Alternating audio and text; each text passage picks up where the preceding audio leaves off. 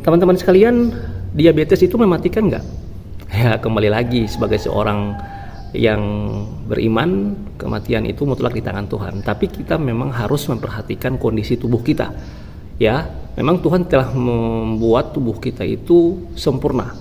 Ya, salah satunya adalah Tuhan telah memberikan satu fungsi organ, yaitu pankreas, yang mesti harus dijaga, dan di dalam pankreas itu bisa menghasilkan namanya zat insulin. Jadi orang-orang yang terkena diabetes, jika sudah benar-benar tidak berfungsi lagi pankreasnya, maka dokter akan memberikan yang namanya resep insulin, dan itu harus disuntik. Ya, seperti paman saya yang akhirnya lukanya nggak sembuh-sembuh dan akhirnya harus suntik insulin setiap malam.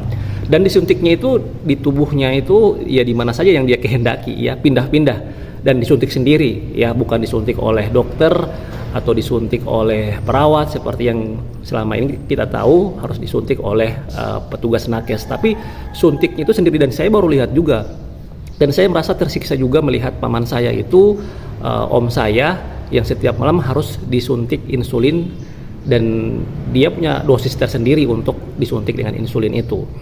Nah, karena saya mengetahui namanya herbal Cina yang dipakai oleh tetangga saya itu, saya berikanlah kepada om saya. Om saya itu kita patungan sama sepupu-sepupu yang lain karena om saya itu sudah duda, sudah ditinggal istrinya, nggak ada yang merawat. Yang merawat pun adalah ibu saya, ganti-gantian sama tante-tante saya yang lain.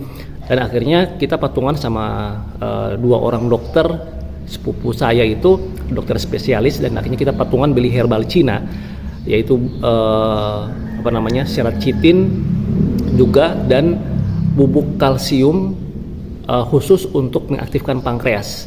Jadi ada herbal Cina yang memang yang setahu saya itu bisa membantu untuk menghasilkan zat insulin di dalam pankreas. Nah, itu yang kita kasih kepada om saya pada saat itu. Kita belinya itu 3 box untuk paman saya, dan alhamdulillah sekarang om saya itu sudah lepas insulin dan lukanya juga sudah sembuh, sudah beraktivitas seperti biasa, dan rencananya mau nikah lagi karena sudah duda, tidak ada yang mau merawat.